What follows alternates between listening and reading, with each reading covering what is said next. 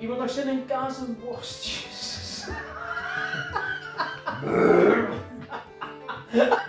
The first drink you're going to take a look at is plain water. Since it's a misconception that nobody in the 17th century drank water, if you had clean drinking water available, you would drink water. And clean drinking water was much more readily available than people nowadays tend to think. Like the canals in the cities would be polluted, but most towns would either have a pump or a well or something like that to provide the inhabitants with drinking water. And for a fortified town, it would be essential to have a clean water source on the inside of the fortifications, because if a town got besieged, they still had clean drinking water. Dat is water! Rustig op! James, waarom krijgen we kraanwater? Moet je met de blad dicht doen of het zit een heel slechte keur. Tom, wil je dat met je whisky bij? Oh ja, kom op, een beetje verdunnen, weet je. Oh. Nou jongens, kom maar op. Is dit wijnazijn?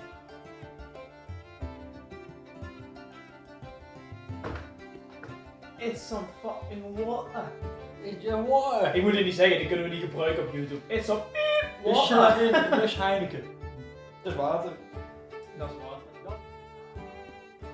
Ja, Tim, ik ben echt wel benieuwd van hoeveel van filmmateriaal dat je vanavond filmt dat je kunt gebruiken. Hoe toestand dat wij zijn.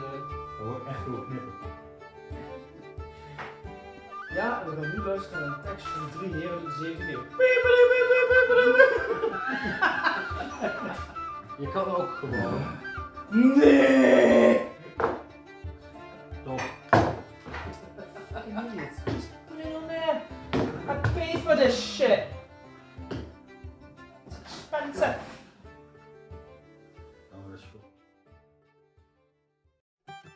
Our next drink is herbal tea, which is not tea because it's not made out of tea leaves, but it's made out of other herbs that have been steeped in water. In this case, we're using mint tea with star anise. Star anise is not native to the Netherlands, but mint is. These teas would be used medicinally, like mint seems to be good against stomach pains. This practice goes way back all the way to the Greeks and has been used throughout the whole of Europe. Nou, geen zorgen. Ik ga mijn tanden op dit ding. Ja. Is het gember? Nee. Het is echt mijn alcohol, man. Dat is een soort van thee. Is het inheems of? Ja. Het is officieel. Het is officieel geen thee. Nee, inheems thee. Is dit inheems? In ieder geval een inheems kruis. Ik moet dit vooral voor kampement. Ik had oerwooms kruis gelaten. Vooral tegen ja. Verrassend goed. Ja, is goed. Weet je wat alcohol, wat krijgen we? Munt, thee en water. Dat is goed voor je! Echt. Next we're taking a look at syrups. Syrups are thick substances, either made from fruit or flowers. Syrups would be added to a myriad of different components, from water, tea, beer, wine and porridge, among others. And syrups are still widely used in the Netherlands today to make lemonade. And the syrup we used in the video was homemade and made from cowberries, sugar, water and a little bit of lemon juice.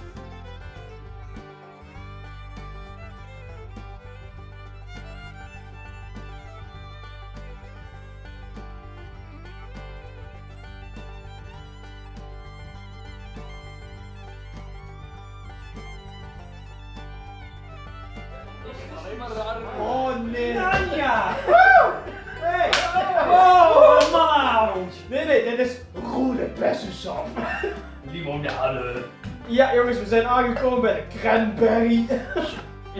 Is dit protestants bloed met water? Ik heb echt... Was dat niet bloed met melk of zo? Je ziet er vlokjes in. Wat maakt dat nou uit? Ik heb geen idee, maar Tim! Ja? Ik vertrouw dit niet. Drink het.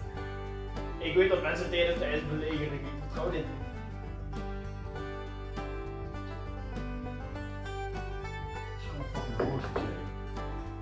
Ja, Dit is van cranberry. Ja, dit is gewoon, ja, cranberry, ja. Dit is mijn rood.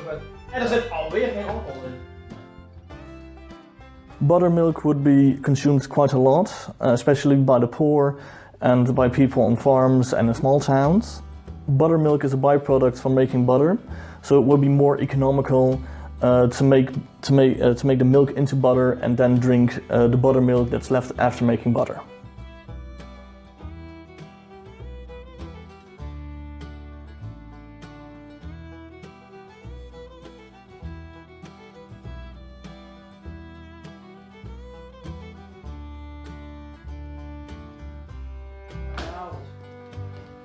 Jim, dit is yoghurt. Jim, karnemelk. Nee. Ja. Typisch druk. Karnemelk met suiker? Ik denk het niet, dat is 10 kilo. Nee, dat is gewoon karnemelk. Beer would be drank by all layers of society. In most cases, this general beer would have a low alcohol percentage of about 2%. And in the 17th century, Dutch citizen drank between 250 and 300 liters of beer every year.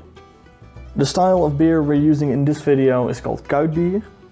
Kuit-beer has been produced in the Netherlands since the 15th century, and in the late 16th century and early 17th century it wouldn't be distinguished anymore as Kuit-beer because it would just be called beer. There would also be beer imported from England, France and Germany.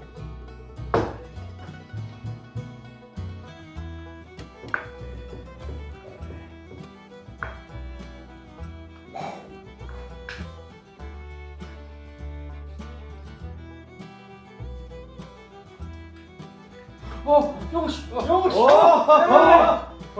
Dit is je orange!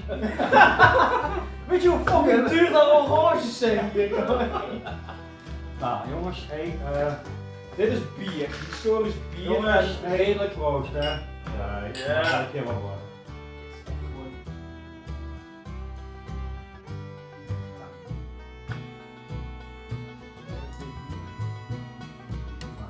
Denken aan Niet echt goed gefilterd, maar dat merk ik nog wel, maar dat is wel lekker. Tarwe? Doe maar een beetje denken aan Hongaren, weet je, hier of Wiekse wetten, iets in die richting. Ook, uit op je hoofd, ook uit op je hoofd. Toen. Oké. The drinking of wine was definitely a status symbol in the 17th century, especially if any expensive ingredients were added to the wine, like honey or sugar.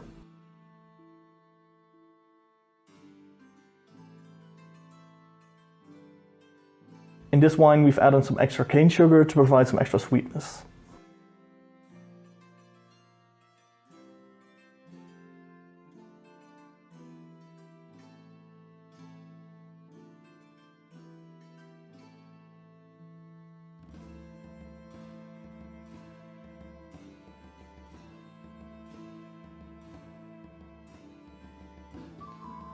Oh! Rode wijn, de Merlot.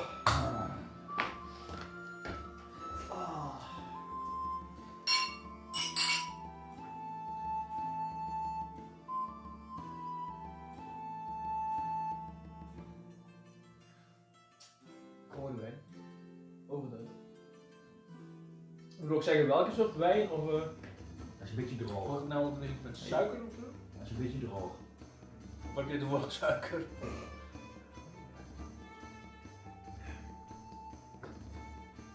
Ja, dat is het suikerverboden. Is dit met gewoon Inheemse best met soort waterd en